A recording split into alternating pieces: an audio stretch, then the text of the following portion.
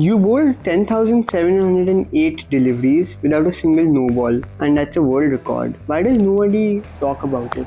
Why would somebody talk about that I've done which is legal? You toured with Team India in 2007 and you never got the test cap. I would have felt better if I would have realized that I was not good enough to play international cricket. Where the wound was fresh, now it has healed a lot, but it's still there, it still aches. A parent tells you my 12-year-old only wants to bowl fast, nothing else. What do you honestly tell them?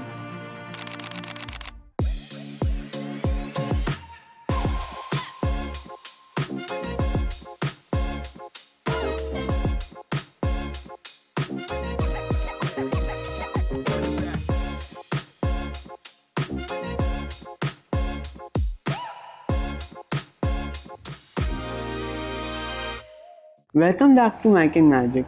My guest today took 317 first-class wickets, bowled 10,000 deliveries without a single no-ball, and picked future Indian stars before anyone else did. Ranadeb Bose. Let's get into it.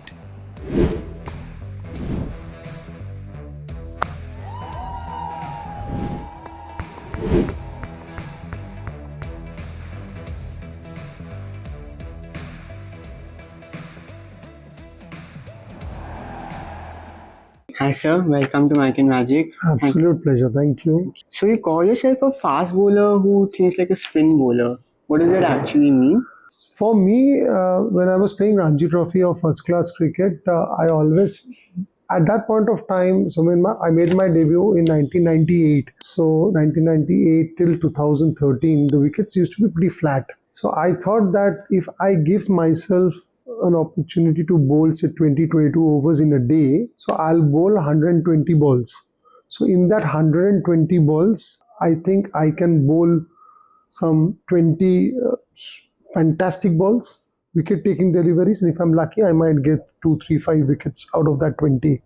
So if I can give myself 120 balls, then only I can create an opportunity for me to take more than 3 wickets.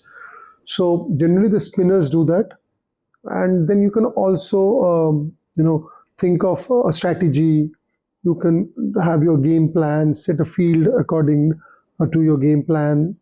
So all that happens when you give yourself a lot of balls to bowl. That is why I used to say that I think, though I'm a fast bowler, but I think like a spinner, because spinners generally bowl 20 25 overs in a day. So I wanted to bowl that 120, 136 balls in a day to give myself a lot of opportunities. What's one thing that kids do at net practice that's actually ruining them as bowlers? The waste time. So you have to take nets as if you're playing a game. We used to concentrate more on red ball because at that point of time it was more of red ball cricket. So we all aspired to play test matches for India. I think kids now they want to play IPL. For us, it was test match. So in a net, you see a batsman, you try to get him out. So you actually try to get him out in the nets, and you have a plan. So you're bowling a couple of outswings, you're bowling a bounce. So the way you're going to do in a game, it is an extension of a game. That's what net is all about. You have to practice. You have to make sure your skills are getting better every day. So wasting of time and not thinking and bowling is something which a kid shouldn't do. They should know what they are practicing. So I always feel that when you approach a nets, you should improve 5 to 10% every day.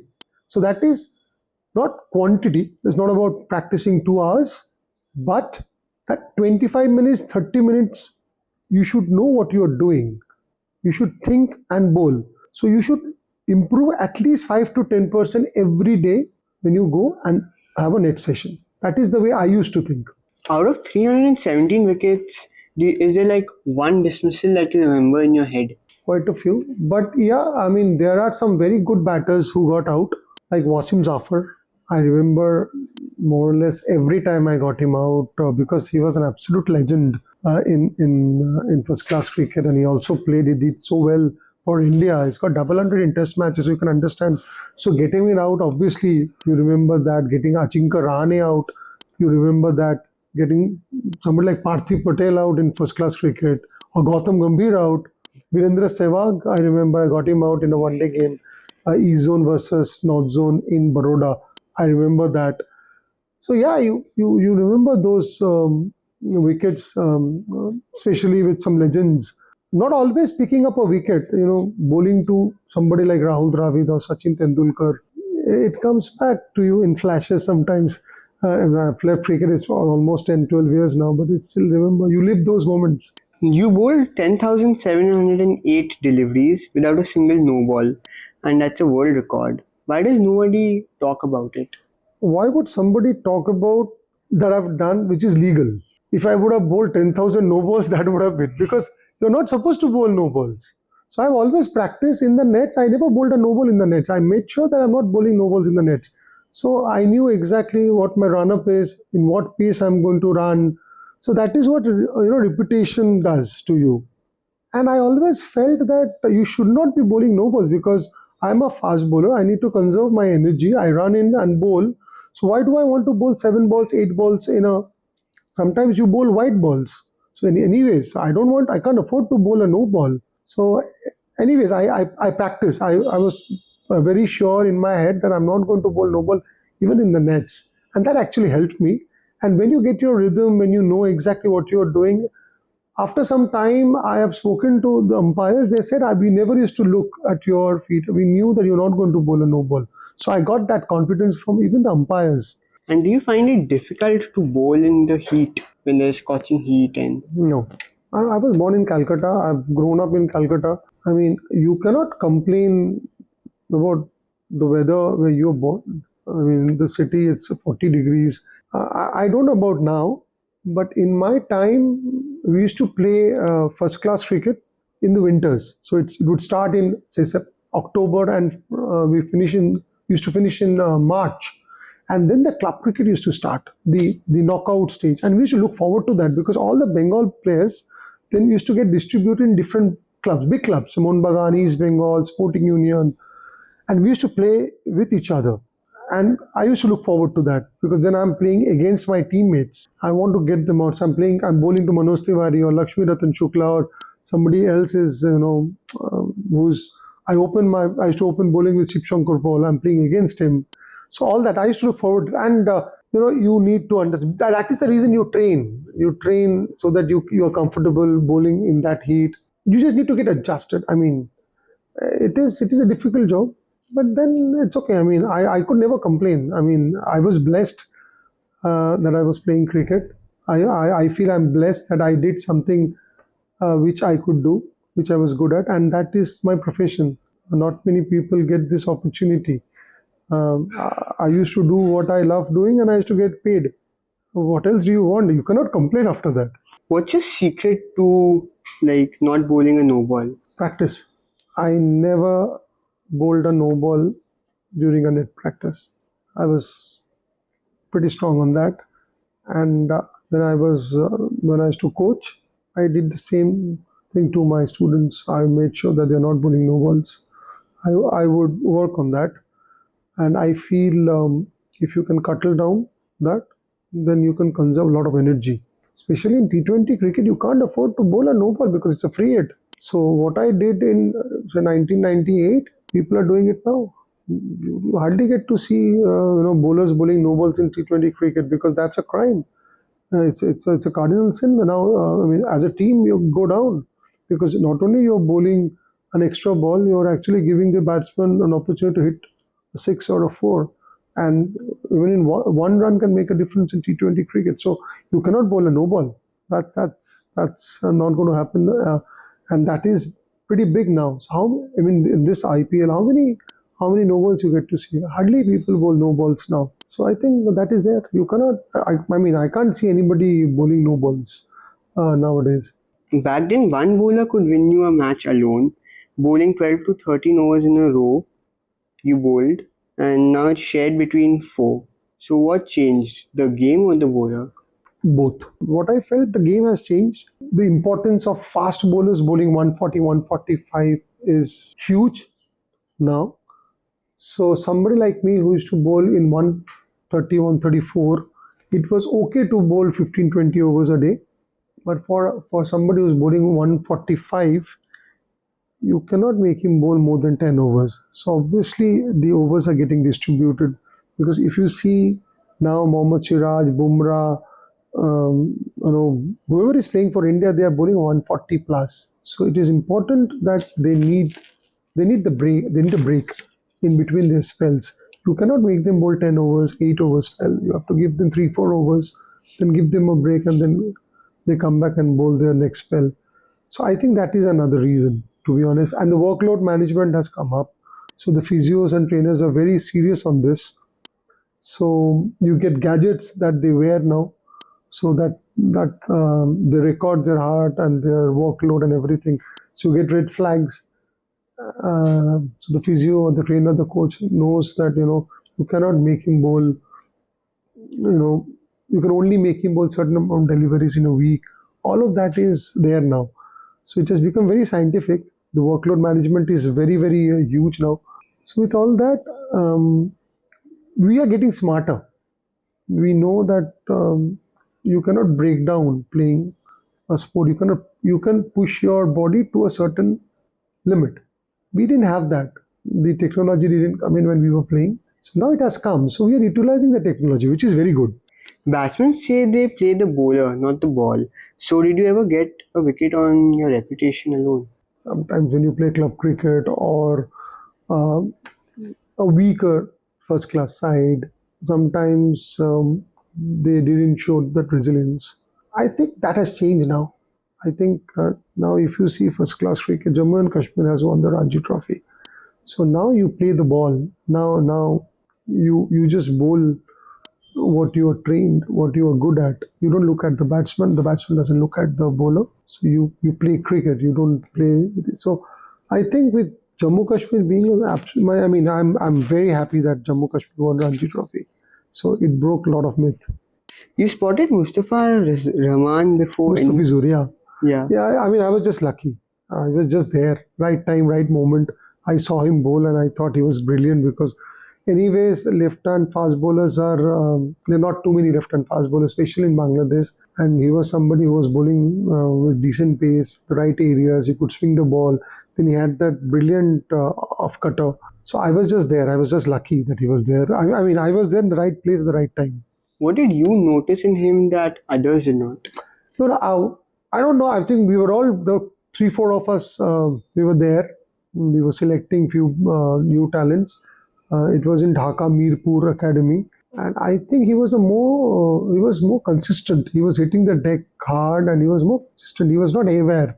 So that is something which I thought he was only 16, 17 at point of time. So others were not that consistent. He was very consistent. So that was the first thing which we noticed as a group. Waka Yunus rejected Mukesh Kumar at that open trial. You picked him up and he ended up playing Test cricket. So what did Waka No, I Yunus don't miss? think he missed him. See, it was an open trial, so there were at least 80, 90 fast bowlers who came from different part of West Bengal, and we were having an open trial then because Sourav Ganguly became the secretary and he started this academy called Vision 2020 then, and so he wanted me to help Wakar at that point of time. And what happened was Wakar probably he went inside to have a cup of coffee or a tea or something. He was not there. And at the fag end of the trial, Mukesh came and bowled. He was not there, and I think he was not watching him closely, which I was. It's not that he rejected, because if he would have rejected, then Mukesh wouldn't have come, because I went and told him that I like him and I think he should come. So Walker, I mean, he agreed. It's not that he disagreed. Then Mukesh wouldn't have come because he was the senior coach at that point of time. So it's good of him that even if he didn't see Mukesh bowl, he relied on my feedback, and then Mukesh came, and then in fact after a couple of months, Walker became the Pakistan coach, and he left Vision 2020. And anyway, so Mukesh did really well after that. You toured with Team India in 2007 and you never got the Test cap. And you said that you didn't even get a chance to fail. Yeah, I mean, That's what I felt because I always think that I would have felt better if I would have realized that I was not good enough to play, international cricket. That I went, I played, I was not good enough, so I got chucked out. So it would have been better that way in my life. I didn't get that opportunity to play. Even I would have got thrashed, give 120 odd runs in 10 overs. Then I knew that I was not good enough. It would have been much easier for me to, So I had a little bit of uh, resentment in my life that probably one opportunity because I was very close. I played a side game with Sri Lanka. I got a 5 wicket haul in that game in Leicester, and then we were playing the third Test match in Oval. So I thought that probably I'll get an opportunity. Then I came back. I played for India A, played both Presidents 11, performed there. So I thought maybe I'll go to New Zealand. It didn't happen. It didn't happen. So yeah, that's there. But now after so many years, I don't look back. These are all these are things which I have commented when I've left cricket, probably in 2013 and 14, where the wound was fresh. Now it has healed a lot, but it's still there. It still aches. In a trial with 200 kids, what makes you stop and think that one? It can be a lot of things, to be honest, because bowling is a open game. You know what I mean? Maybe the attitude, maybe pace, maybe the way, maybe swing, maybe the areas somebody's hitting the area consistently, maybe the physique, maybe the biomechanics. There are a lot of things. I mean, it can't pinpoint one. Instinct. I think. I mean, instinct takes over sometimes as a selector or as a coach. That you believe that this guy will deliver. So that can happen anytime. I mean, just looking at somebody, couple of balls, you feel he has that in him. You can be totally wrong. I mean, it's not that you're right all the time, but sometimes after playing, coaching, being a selector, that instinct helps you. A batsman can hide a bad day, but a bowler getting smashed can't. So, how do you reset after a bad over? I mean, the batsman only get one ball. If you he can get out, and we get 6 balls. So it's just the way you think. Every time I have bowled to a great batsman, I always felt that, say, suppose I am bowling to Sachin Tendulkar, god of cricket. You cannot deny that, or say Virat Kohli or Brian Lara, whoever. They'll hit you anyways because Sachin Tendulkar hit Glenn McGrath for a 4 or a 6 or Shane Warne for a 4 or a 6. So who is Ranadeb Bose? So if I get it, nobody is bothered. If I get him out, then that's news. I used to think that way. So I shouldn't be under pressure because anyway, if I get hit, it's okay. I'm not a better bowler than Glenn McGrath. So if he can hit him, he will hit me anyways. But if I can get him out, that was my way of thinking. And does height do anything with how you bowl if you're a fast bowler? It does. It does. It just gives you a little extra bounce, maybe a 6 inch, 7 inch extra bounce. So the ball which you, as a batsman, which you expect the bat, it will come and hit the middle of your bat, would probably come and hit the sticker of your bat. So that 6 inches can make that difference. Yeah, it does help. Be honest, was there a batsman you were genuinely scared to bowl to? Sehwag, I played a couple of games against him, and I remember one. We were playing a Challengers Trophy game. I was playing for India A, and he was playing for India B. In Wankhede Stadium, I remember I bowled the first ball and he left, and I was thinking, why did he let that ball go? He could have just hit me. See, he was scary to bowl at that point of time because you know how he used to bat. Oh yeah, definitely Virendra Sehwag. Can a bowler bluff like a poker player? Oh, you have to, especially in modern cricket, because sometimes you have planned to bowl an outswing or a length ball or a yorker, and the batsman moves. Or with certain field, you are say I'm just giving an example. So you have a deep square leg and a deep fine leg and a mid wicket. So and a deep point. So it tells you that you're going to bowl a short ball. Suppose. So you bowl a slower. or you bowl a slower bumper. So you do something different so that you're not predictable.